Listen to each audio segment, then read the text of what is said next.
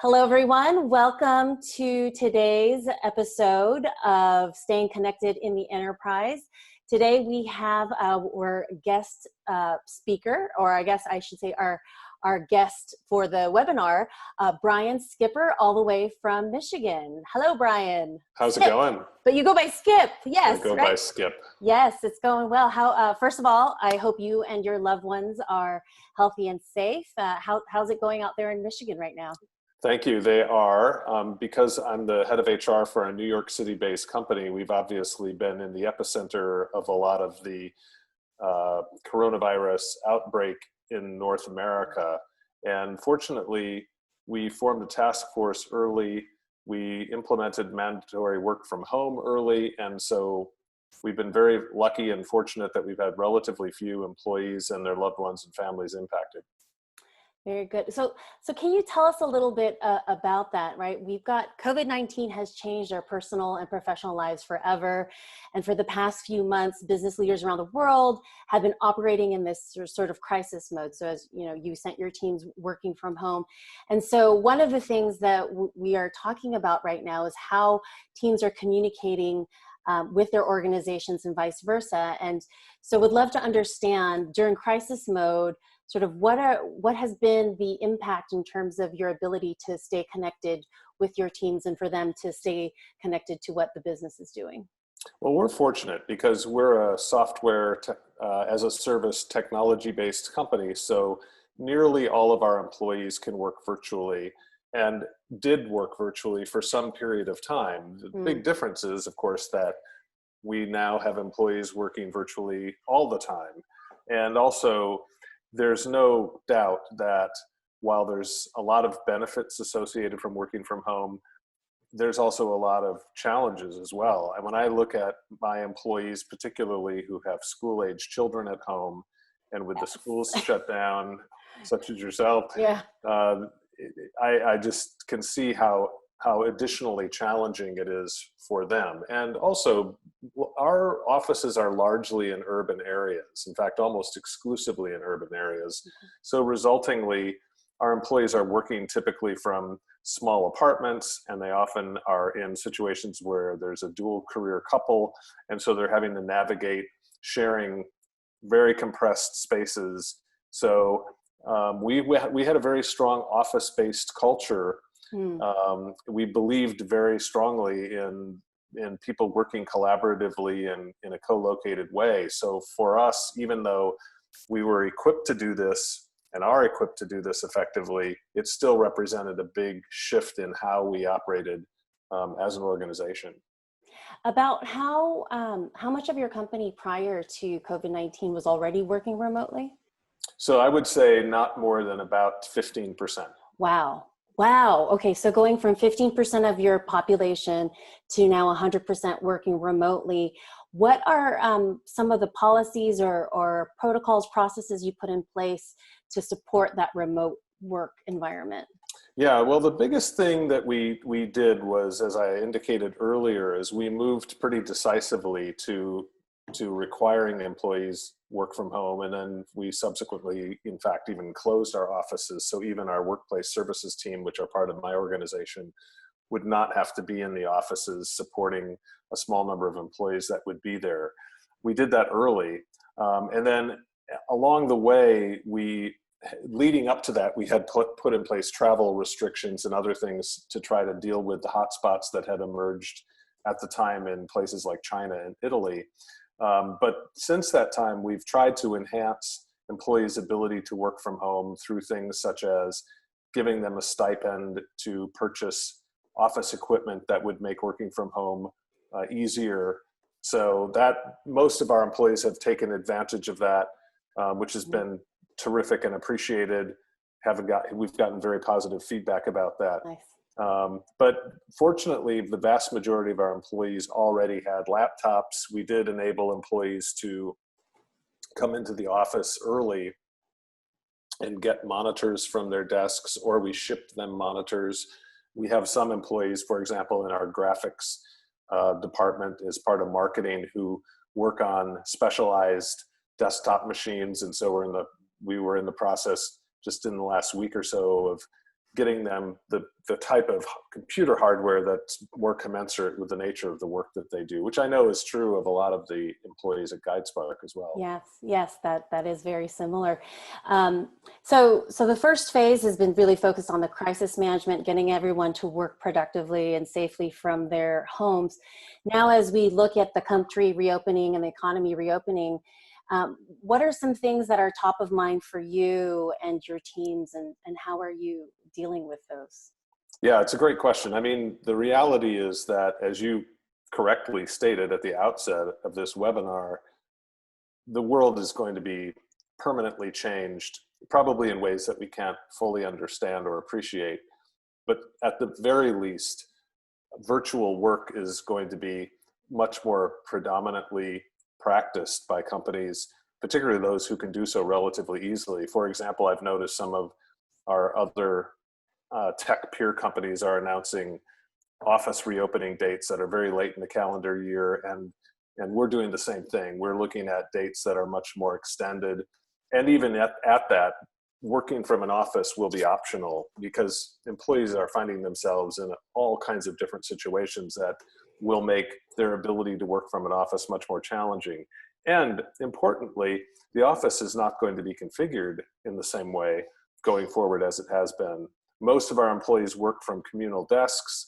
Most of our desk spaces are not compliant with the need for social distancing. We provide food in the office that's done in a communal way. There's literally nothing about the way the office is configured will be configured going forward that can be exactly the same as it was before. So there's, and we're going to need to facilitate much more frequent hygiene and cleaning.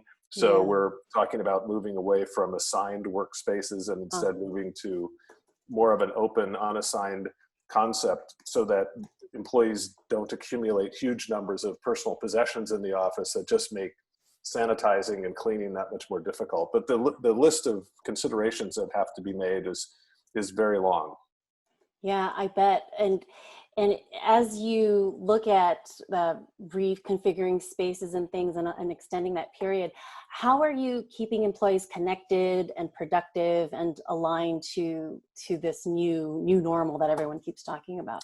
Well, it's a great question, and it's not monolithic. There are things that we're doing as a company, but then each function and region of the world where we operate are doing things that are more reflective of the leadership style of the respective functional leaders or country MDs, for example. Now, what we do as a company, we have always had a weekly company all hands that was a combination of in-person in our New York headquarters, but then broadcast to all of the YEXT offices around the world. And then those events are always recorded in order for employees who are in time zones where it's not convenient to watch it in real time. They can do so later. We had always, to a degree, virtualized those meetings, but now they're completely virtual. We still are having them. In fact, we think, frankly, they're even more important at a time like this. So, in fact, this morning, we did our weekly employee all hands in a virtual way and partially recorded. So I recorded the message for employees just a couple hours ago, and it's being made available to employees now. So it's more of you've moved to more of this sort of on-demand type of virtual meetings. Is that right? That's right. And then, you talked about other things that we're doing. I've chosen, for example, for my own departments to kick off the week on Monday, midday, to have an all hands meetings for my own departments. And then I end the week the same way. So we do think that is much more informal, by the way. I typically update the team on things that are important for the people and places teams, but then also update the teams on things going on in the company more broadly. And then we have fun as well. We open it up for questions. We sing happy birthday to one another. We celebrate anniversaries. One thing I've been doing is picking a pet employee of the week. So a pet employee? Yeah, so everyone has the opportunity to nominate a pet to be the employee of the week. And we distribute We distribute photos of the pets, and Oh, we have them attend the meeting. So, we're trying to do some fun things as well. yeah. Now, how do you sustain that level of enthusiasm and energy as the months continue to go on? Because it's now going to be till, potentially end of the year for some of these larger companies. How do you keep that culture going? Yeah. I think it's a good question. I always believe that the most effective communications are a combination of things that are done very regularly and predictably. And those would be things like weekly all company, all hands, Hmm. and things that are perhaps more unpredictable. So I can see that, for example, the twice a week functional all hands meetings that I'm having will probably have a limited life. I don't know that they would be as effective 2, 4, 6 months from now as they are now. Maybe we do it once a week, or maybe we change the format. I'm not concerned about the format specifically as much as being sure that we're doing as much as we possibly can to stay connected, both as a team and as a company. Nice, nice. And being YEXT is an international company, correct, with offices in Europe. How do you deal with communicating to the workforce regarding the pandemic, given the different country perspectives and oversight? That's a non-trivial issue because, as you know, both in terms of the process leading up to Yeah. the need to close offices and to require work from home, there were big differences depending on location around the world. And then same thing will be true as we very carefully and I think deliberately and slowly reopen offices, and doing it in a way that we can really ensure the maximum level of employee health and safety. And it will be different, and the readiness will change depending upon a combination of local regulations and guidelines, social distancing requirements, but also how employees can be expected to work in an office. And again, I think the reality is that we'll probably be in a period of time, and up until there's a vaccine or some other means of more strongly protecting employees, that the reality is that working from an office will more than likely have to be optional. Yeah, I can imagine that the level of uncertainty just continues to pile on until we have some more definitive things like a vaccine that will ensure our physical safety. So during times of uncertainty, how do you ensure that people are still clear on what their goals and objectives are, that they still are focused on the business at hand? Like what are some things that we can put in place? Well, every company, of course, approaches how they establish strategic priorities and set goals a little bit differently. For YEXT, we have a process that we basically break the year up into multi-month chunks. They're typically 6 months in duration, but we have varied them in different times in the past. And what we do is, leading up to that 6-month period, the senior leadership team goes off-site and talks about what our strategic goals are for the period, and that then gets cascaded into functional and regional goals. And we just rolled out our 6-month period goals last week. Oh, We happen to call it Y Day, so it's either Y 5, 6, 7, 8, so they are in successive periods. And in rolling out the Y period that we're presently in, what we did was, first of all, the entire leadership team spoke about the strategy for their particular function and how what we're doing as a function is supporting the overall company goals. mm-hmm. And then employees went into virtual rooms and we do it a little bit differently each time, but this time we sort of randomly picked employees from multiple functions, and they talked in those rooms about how their specific activities and goals tied to the overall company goals. And I participated in one of those sessions just like any other employee, and it was actually incredibly valuable. And I got to meet about 10 other employees with whom I just don't normally work day to day. So the feedback from the process, even though it was done completely virtually, was really positive. That's great that the virtual aspect hasn't stopped people from feeling like, okay, we're going to still collaborate in this way. We're still going to talk about our priorities in this way. Are there is there a difference, I guess, between what you were helping people focus on in the beginning prior to the pandemic versus now? Have priorities shifted significantly for your organization? They have. I mean, Okay. I think in the days and weeks leading up to the pandemic, when things were, even before the coronavirus had a name, I think as a people leader in an organization, what you want to do is try to create as much normalcy and business as usual orientation as possible, until you realize that that's completely naive, that you can't have goals that assume business as usual when people are working in a fundamentally different way. By way of example, I oversee the inclusion and diversity efforts at YEXT, and we have 7 employee resource groups. Well, most of the activities of the employee resource groups presumed co-location. They were many of those, they're event-driven. Many of them are on site at various offices.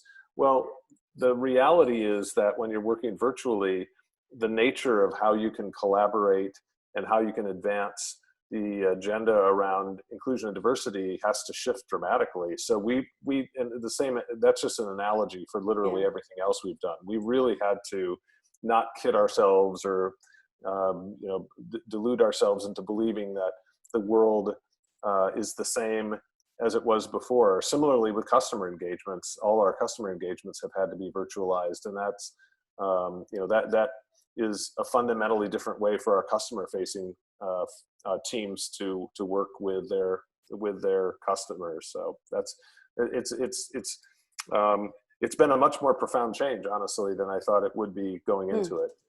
And I can imagine that because your customers are going through similar experience, right? That they are probably more empathetic to the change than if it was only happening to your company and not theirs, right? So that's right. I mean, that's exactly the case. I mean, they're dealing with precisely the same challenges that we are.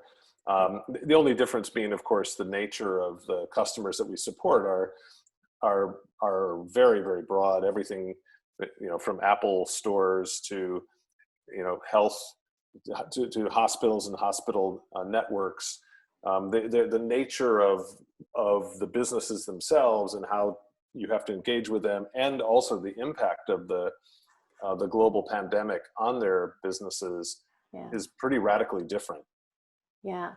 Now, when you, as part of the returning back to some type of normal, returning back into the workplace, are there different things you're doing that, or have advice on how people can cut through the noise? Because now we're seeing all this information through the news. We're hearing about it in practically every meeting. COVID is top of mind.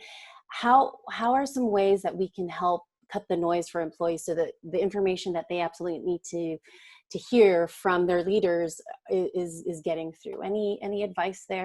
Well, I think that leaders of companies probably were believing that their companies were a place that people worked far beyond what was reality. I mean, one of the things that's been really enlightening about my professional career is I've worked for really large organizations like Microsoft and Cisco and PepsiCo. And the great thing about working for a 550,000 person organization is you don't spend too much time deluding yourself into believing that the company is a building housing people, because for the majority of employees, their entire professional experience is spent in what could be a relatively small aspect of the overall organization. So to think of the company as a place is just an outdated notion.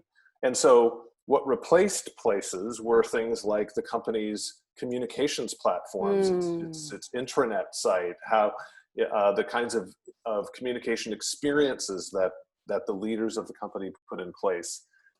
So I think that train left the station actually much longer ago than what most people realized. All this situation has done is taken all those trends, all those impacts, and just accelerated them.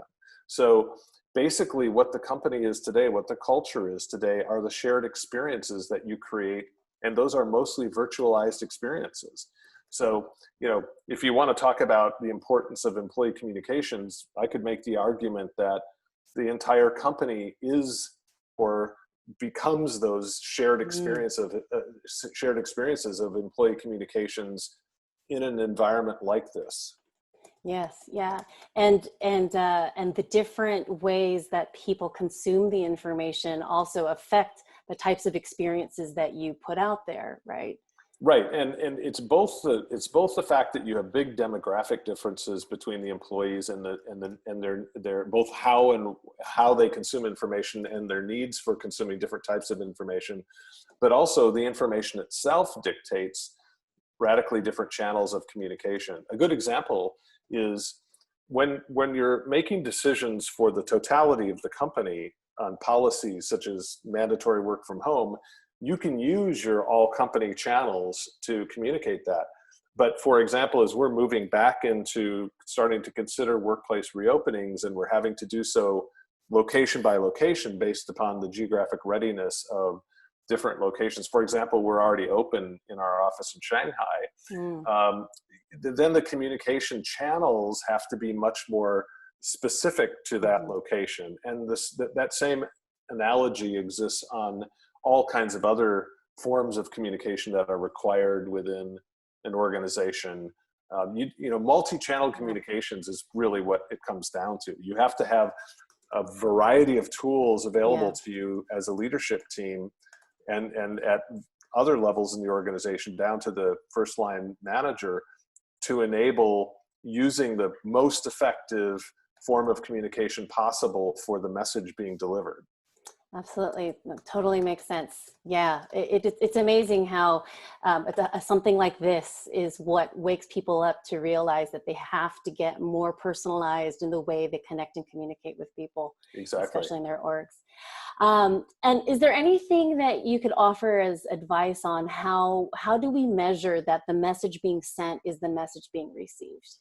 Yeah, it's a great question. So, for example, today I alluded to the fact that I just recorded a message updating employees on work from home. We followed that with a survey that we're sending to all employees about their comfort level working from home, their comfort level with being in an office, how they feel about business travel, what choices they've made about where they're working today, because many of our employees who are based in apartments in New York City, for example, left the city to go elsewhere because they understandably wanted not to be in the city and in the environment where they were confined to their apartment. So, I guess if I have any advice for somebody, there is no risk of over communicating at a time like this. If anything, it's funny. I've in the case of those department meetings that I've been holding twice a week, I felt like, wow, am I really boring people with this? Are they feeling like this is too much interaction with this group on these topics? And the feedback I keep getting from everybody is, please keep them up. We love it. It's our one really important way to stay connected to our immediate team. Yeah, no, that's great. That's so positive that people are receptive to that.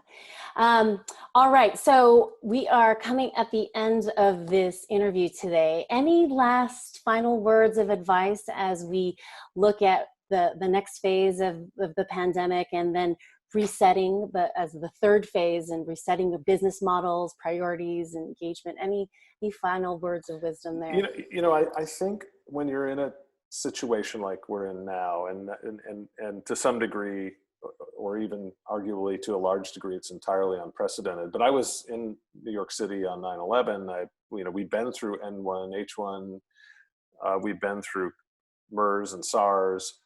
I think part of the reason why we formed a coronavirus task force so early was because we saw, the benefit of having done this for a while is you get good at pattern recognition, and the patterns were there to see how this could develop. And the biggest risk that I felt early on was the risk of underreacting. You can always pull back from overreacting, but it's very difficult to